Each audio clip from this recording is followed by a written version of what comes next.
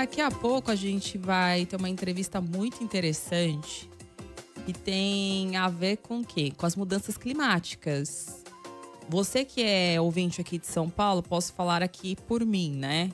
Vim pra rádio, tava um sol, agora do nada começou a chover e parece que vai ter uma frente fria na semana que vem que vai dar uma virada de tempo novamente. Então haja saúde, né? E no meio disso, o que acontece?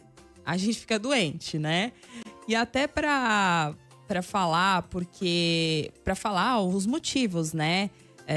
Com as mudanças climáticas, enfim, com ainda mais agora com o fenômeno El Niño, a gente vai falar sobre saúde, porque doenças alérgicas como rinite e asma podem surgir com tantas mudanças aí no clima. Para falar justamente sobre esse assunto, a gente vai conversar com o Dr. José Elabras Filho, que é membro do Departamento Científico de Asma da Associação Brasileira de Alergia e Imunologia. Doutor, muito obrigada por aceitar o nosso convite. Seja muito bem-vindo aqui à CBN. Boa noite, é um prazer estar aqui com vocês. Realmente é um tema muito importante, muito interessante e realmente muito importante que a população saiba realmente o que ela pode sofrer e como se prevenir nesses períodos tão críticos dessas alterações climáticas. Ótimo, doutor. A gente vai esclarecer todas as dúvidas em relação a esse assunto. Para quem está vendo a gente pelo YouTube, também pelo Globoplay, estamos com imagens. Você pode ver o doutor aí na sua tela. Doutor, eu quero começar a nossa entrevista perguntando para o senhor por que o fenômeno climático El Niño pode influenciar aí no surgimento de doenças alérgicas. Bom, o que acontece? Na verdade, há um aumento de temperaturas e o tempo fica muito seco e muito quente. E justamente esse ressecamento, essa falta de umidade no ar, principalmente aqui na região sudeste, centro-oeste, tá? Essas alterações da umidade levam a um ressecamento da mucosa, do trato respiratório, particularmente do nariz, da faringe, dos brônquios e também das conjuntivas. Esse ressecamento por si só já é irritativo. Mas esse ar seco, ele também libera mediadores inflamatórios nessas mucosas, o que vai levar ao agravo das alergias, como a rinite alérgica, a asma, que na maior parte é de natureza alérgica, das conjuntivites alérgicas. Então, o alérgico geralmente sofre muito nesse período. Doutor, quem não tem rinite alérgica ou asma, com essas mudanças climáticas, essa pessoa ela pode começar a desenvolver esse quadro alérgico? Olha, as doenças alérgicas, elas são geneticamente determinadas. A pessoa é alérgica porque ela tem uma propensão genética a fazer as alergias, tá? Mas fatores ambientais realmente podem estimular esses genes e a pessoa vir a desenvolver essas alergias respiratórias, ok? E uma outra coisa também que acontece com bastante frequência nesse período é também o aumento da poluição, que funciona também como um mecanismo que vai levar a um agravo dessa inflamação no trato respiratório, que também vai agravar os sintomas das alergias nesses pacientes. Uhum. Doutor, e quais os cuidados que as pessoas elas precisam ter agora que não há um clima definido, né? Porque quem geralmente tem asma ou rinite alérgica, aí meio que já sabe, né? Ó, primavera, tal, vou começar a ficar mais alérgico. Aí faz um tratamento preventivo. Agora que não tem um clima aí muito definido, como é que a pessoa ela se prepara para isso? Bom, de uma forma geral, o paciente que tem rinite, que tem asma, que tem conjuntivite alérgicas, esses pacientes já fazem um tratamento regular dessas doenças. Às vezes, nesses períodos, se o paciente está mais sintomático, o médico pode aumentar a dosagem dos seus medicamentos ou utilizar medicamentos de resgate. Por exemplo, no caso da conjuntivite e da rinite, ele utilizar antialérgicos em situações de crises, de exacerbações. No caso da asma, aumentar a dose do corticoide inalatório junto com broncodilatador para esses pacientes. Com isso, controlando esses sintomas. Uhum. E um outro aspecto que eu não falei também, que é muito importante, é que a mucosa ressecada, ela tem o muco, de uma forma geral, com esse tempo seco, ele fica espesso. Nós temos um muco no trato respiratório que ele é muito importante na nossa defesa. E esse muco espessado, tem dificuldade de ser eliminado pelo organismo e, com isso, há uma facilidade das pessoas fazerem infecções virais, infecções bacterianas. E são fatores que também vão agravar as alergias, essas infecções.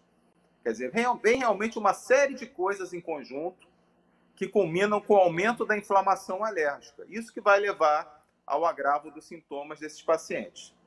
Doutor, como a pessoa ela pode lubrificar aí essa mucosa, né? Porque como o senhor explicou aí, é muito importante, né? E se você não cuida, acaba até gerando outras doenças e tudo mais. Como é que essa pessoa ela deve fazer aí essa lubrificação no dia a dia? Olha, no caso do nariz, lavar o nariz com soro fisiológico com frequência, isso ajuda bastante. No caso dos olhos, existem colírios que são hidratantes, à base de metilcelulose, que protegem os olhos contra o ressecamento. No caso dos pulmões, basicamente tem uma hidratação sistêmica adequada, beber bastante líquido nesse período, tá? Que isso realmente não vai de qualquer forma, resolver totalmente o problema, mas vai atenuar bastante essa sintomatologia do ressecamento, tá? Então, uma hidratação adequada, beber bastante líquido, evitar fazer esportes nesses dias muito secos, esportes outdoor, no caso, tá? E em regiões que realmente o tempo seco é muito frequente, muito intenso, eventualmente umidificadores de ambiente podem ajudar a minimizar os sintomas do alérgico. Eu até ia perguntar sobre o umidificador de ar, assim, tem algum limite? Porque às vezes as pessoas ligam lá o umidificador, fica o dia todo, isso não é perigoso de alguma forma usar assim em excesso?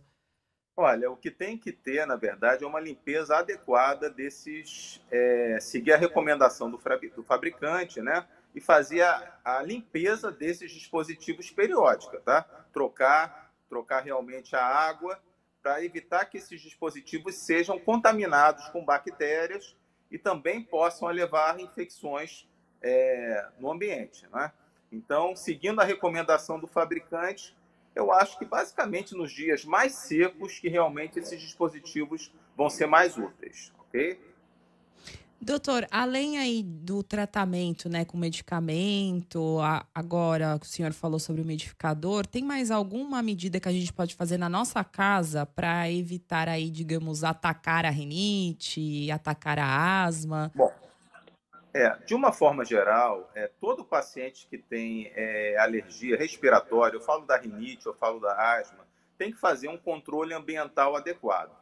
Isso vale tanto para casa, quanto para a escola, para a faculdade, para o trabalho. Ou seja, a pessoa tem que evitar contato com poeira, cheiros ativos, cheiros fortes, fumaça, evitar objetos acumuladores de poeira, principalmente no quarto, como tapetes, cortinas. Os animais domésticos e plantas têm que ficar pelo menos fora do quarto do alérgico, isso é muito importante, porque mesmo se a pessoa não tenha a alergia ao epitélio dos animais, ou até a saliva dos animais, o ácaro se alimenta desse epitélio. Então, a pessoa pode ser alérgica ao ácaro e esse ambiente que o animal frequenta pode ser um ambiente rico em ácaros. Eu brinco que o alergista não pede para a pessoa, de uma forma geral, tirar o animal de casa, mas pelo menos que tire dentro do quarto do alérgico, né? Isso é uma Uhum. coisa muito importante, que a gente fica muito tempo no nosso quarto, a gente dorme, basicamente 8 a 10 horas a gente vai ficar no nosso quarto e pelo menos nesse momento você vai evitar o contato com o epitélio dos animais e com os ácaros. Doutor, a gente adotou um hábito na pandemia, agora as pessoas estão esquecendo um pouco, né? Mas eu até queria saber se é importante, assim, a partir do momento que a gente está com a rinite mais atacada ou alguma pessoa próxima, se usar máscara é importante nesses dias aí em que a rinite está mais atacada, enfim. Olha, a questão da máscara, ela é muito importante quando a pessoa realmente entra em contato para evitar o contato com a poeira. Por exemplo, é uma pessoa que trabalha com serviço de limpeza. Então, é recomendado que ela use a máscara como um equipamento de proteção individual para evitar que ela entre em contato com poeira e com cheiros ativos. Existem máscaras adequadas para isso, tá? E com isso, evitando o agravo das suas alergias respiratórias. Então, se a pessoa realmente tem uma alergia, o ideal é que ela não faça limpeza de casa, mas se não tiver jeito, que ela use uma máscara adequada quando for fazer a limpeza para minimizar esse contato com a poeira e com cheiros ativos. Isso é muito importante. Sim. Doutora, a gente está chegando na primavera, né? E a época de pólen, e tem pessoas que têm alergia a isso e não sabe. Como é que a pessoa pode descobrir se ela é alérgica a pólen ou não? Olha, a questão do pólen, eu moro no Rio de Janeiro, tá? E você Em São está Paulo. fazendo a entrevista do Rio ou de São Paulo? Em São São Paulo, né? Paulo, Então, isso. nos grandes centros, essa questão do pólen não é tão significativa, tá? Isso vale realmente em áreas mais rurais, tá? Que tem realmente áreas verdes mais exuberantes. Particularmente, isso é muito importante no sul do Brasil, essa questão do pólen. Tá? Aqui, na verdade, nos nossos centros, como Rio e São Paulo, o principal vilão das alergias respiratórias são os ácaros. Então, o pólen realmente pode vir a ser importante nessas regiões que mais assim de campo, tá? De campo e rurais, e que ele tem um papel mais importante na gênese das alergias. Aqui no Rio e em São Paulo, a nossa preocupação maior são os ácaros e a poluição também, obviamente, né? E existe um exame para descobrir se a gente é mais propenso a ter alergia a ácaros, a pólen ou Sim, perfume? sim, sim. Ou... Como é que é feito esse exame, doutor? Bom, em relação aos cheiros, tá? Não tem, na verdade, na prática, não tem exame para fazer essa avaliação. A pessoa realmente, quando entra em contato com o cheiro, ela vai ter os sintomas. Isso é uma coisa que, de uma forma geral, agrava quem tem alergia respiratória, o cheiro ativo. Agora, em relação aos alérgenos respiratórios, chamados aeroalérgenos, o alergista pode fazer testes em vivo, ou seja, no paciente. De uma forma geral, é feito um teste que a gente chama de teste por puntura, ou prick test, que as pessoas chamam de teste alérgico, que na verdade você coloca no antebraço do paciente uma gotinha de cada alérgeno suspeito. No caso dos ácaros, no caso dos fungos, antígenos de barata, epitélio de animais. Então, esses antígenos são colocados no antebraço e com um pequeno estilete, que é um puntor plástico descartável, você faz uma leve perfuração, não chega a doer, tá? É uma leve perfuração na epiderme. E se essa pessoa for alérgica, nessa área que essa substância foi perfurada, a pessoa vai fazer uma reação alérgica, vai fazer uma formação de uma pápula. Se essa pápula tiver um aumento maior ou igual a 3 milímetros, e os controles do teste, que são controles para a gente ver se o teste tem valor ou não, forem aceitáveis, esse teste é considerado positivo e essa pessoa é alérgica a essa determinada substância. Se por algum motivo, por exemplo, o paciente não pode ficar sem antialérgico, que é uma coisa que não permite fazer o teste, ou então a pessoa tem uma doença de pele, como o dermografismo, que também vai dar um resultado falso positivo para esse teste. Nesses casos, nós dosamos a imunoglobulina E no sangue, ou seja, fazemos a avaliação dessa alergia respiratória através de exames de sangue, que tem também um resultado muito próximo do teste que é feito em vivo. Doutor, voltando a falar sobre as mudanças climáticas, né? Você falou sobre aí a questão do El Niño e a gente também tem a Laninha, né? Tem alguma diferença em relação à saúde? As pessoas ficam mais alérgicas no El Niño e na Laninha não? A ciência já está estudando isso? Olha, na verdade é o seguinte, a influência do El Niño depende na verdade, até a gente pensa mais em Brasil, tá? O pessoal do Sul sofre de uma forma um pouquinho diferente durante esses fenômenos, né? Eles têm muitas chuvas, na verdade, né? E com a chuva, realmente acontece uma coisa um pouco diferente, né? A umidade aumenta muito. E com isso nós temos uma maior proliferação de fungos, de mofo, que causam também várias doenças respiratórias e também agravam as alergias. Então, os extremos de temperatura e de umidade são muito ruins para o organismo. A gente não vai funcionar na nossa situação fisiológica, ok? Então, o tempo muito seco, o tempo muito frio, a umidade muito grande, tudo isso pode fazer mal para o alérgico. Uhum.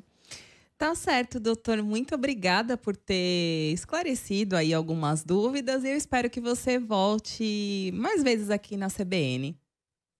Sim, sim. Agora, uma recomendação para as Hum. pessoas do Rio e São Paulo, talvez mais para São Paulo, tá? Tá. Nesses dias muito secos, nesses dias também frios, eventualmente, né? Com ar muito seco e que a poluição aumenta muito, é interessante as pessoas evitarem fazer atividades físicas no outdoor. Uhum. Preferir fazer atividade física indoor, porque principalmente se essas pessoas tiverem asma, tiverem rinite, elas têm mais chances de ter sintomas desencadeados por esse tempo realmente inadequado para essas práticas de atividade física. E se hidratem bastante. Essa é a recomendação que a gente faz para os nossos pacientes.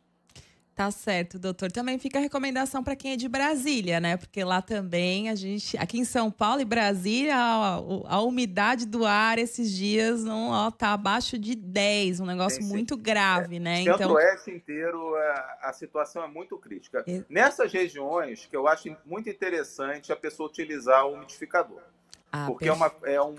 é um tempo seco mais perene e a pessoa fica exposta por mais tempo a esse tempo seco. E realmente atenua bastante os sintomas, tanto de irritação quanto sintomas inerentes à alergia desses pacientes. Uhum. Tá Ok? certo.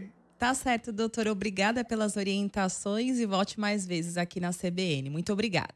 Ok. Foi um prazer estar com vocês. Um grande abraço aí para todos, tá? E para os ouvintes também. Abraço, doutor. A gente conversou com o doutor José Elabras Filho, membro do Departamento Científico de Asma da Associação Brasileira de Alergia e Imunologia. Daqui a pouquinho essa entrevista vai estar disponível para você no nosso site, aplicativo e também no seu tocador de podcast. É só procurar por CBN Entrevistas. Agora, 8 horas e 27 minutos, vamos para o intervalo. Daqui a pouquinho eu tô de volta. CBN, Show da Notícia.